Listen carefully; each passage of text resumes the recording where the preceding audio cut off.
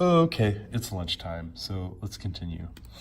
So I left off with Coulomb's law, and just to reiterate, Coulomb's law is in graphical form the fact that minus and minus will repel and positives and negatives will attract. Okay, that's true for both of these and explains both of these trends, electronegativity and ionization energy. How does it explain these? Let's add, I'm going to switch colors here. So in electronegativity, we're talking about the likelihood of gaining an electron. So as you go across a period, you're adding more protons. So you're essentially increasing the nuclear charge. So that's the explanation. Explanation is increasing nuclear charge.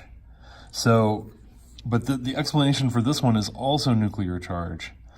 But in this case, increasing nuclear charge. And by nuclear charge, I mean like you add protons, right? So, like for example, if you start at lithium, you have 3 protons, right? But then if you go all the way across period 2 and you get to carbon, it has twice the protons. It has 6 protons. So lithium and carbon has a higher nuclear charge. That's just one example. So that's what I mean by increasing nuclear charge. But the increasing nuclear charge in the case of electronegativity means that electrons are more attracted.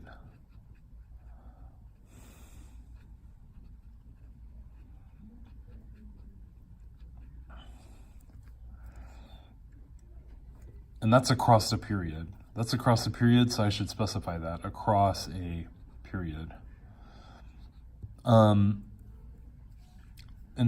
whereas in this case, an explanation across a period would be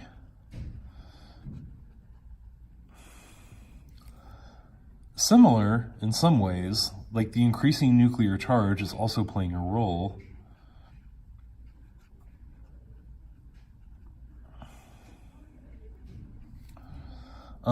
The increasing nuclear charge means that electrons, again, are more attracted.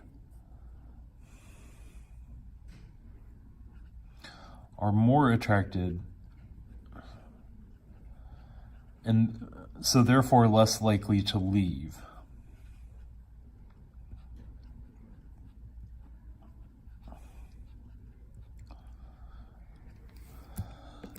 However, going down a group, we would have the opposite thing happen. Even though we have increasing nuclear charge down a group, we add energy shells. I'm out of room for that, and we'll talk about it on another question. So I'm going to skip over for that for now. But what are the main similarities you should know is that one is removing electron, one is gaining electron. Actually, that's the differences that I'm talking about.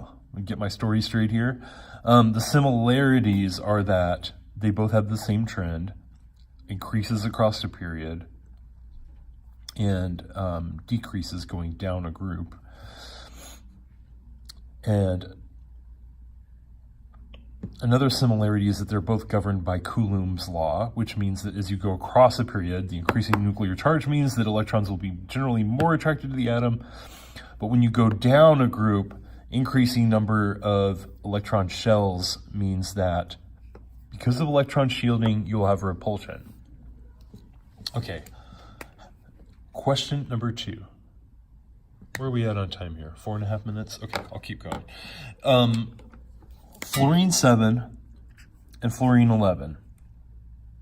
So let me just write these out in the other notation that we're used to. So in the bottom left would go the atomic number.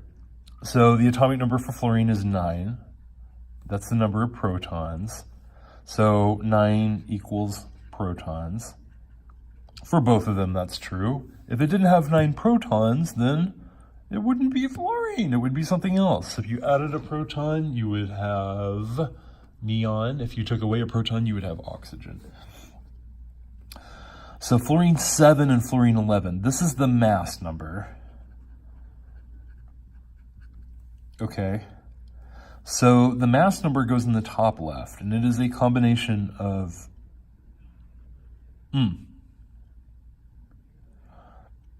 all of the protons and all of the neutrons. So this was actually supposed to say 17. And this is supposed to say 21. That's my mistake. So let's say 17. So we would write a 17 up here and a 21 up here. Okay. Now, is there anything different between them? Well, if they had a charge, we would put it here, but there's no charge, so we're going to leave that empty. Okay. Just forget anything is here. We would leave that empty. So what's the difference between these two? Well, 17 and 21 are two different numbers, but we know the protons are the same. So the 17 and the 21 are going to refer to the number of neutrons. Remember, the mass number is protons plus neutrons. So protons plus neutrons is the mass number, then 21 is 9 plus x, okay? And then this one would be 9 plus x equals 17. So x is going to be the number of neutrons.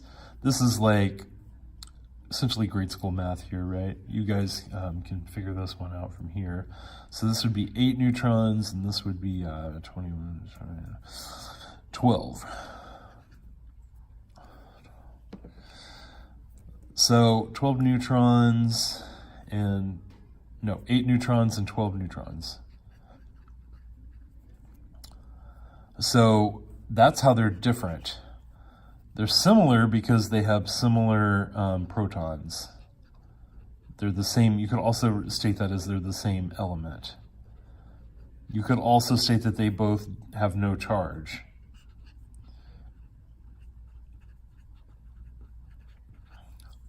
But how are they different?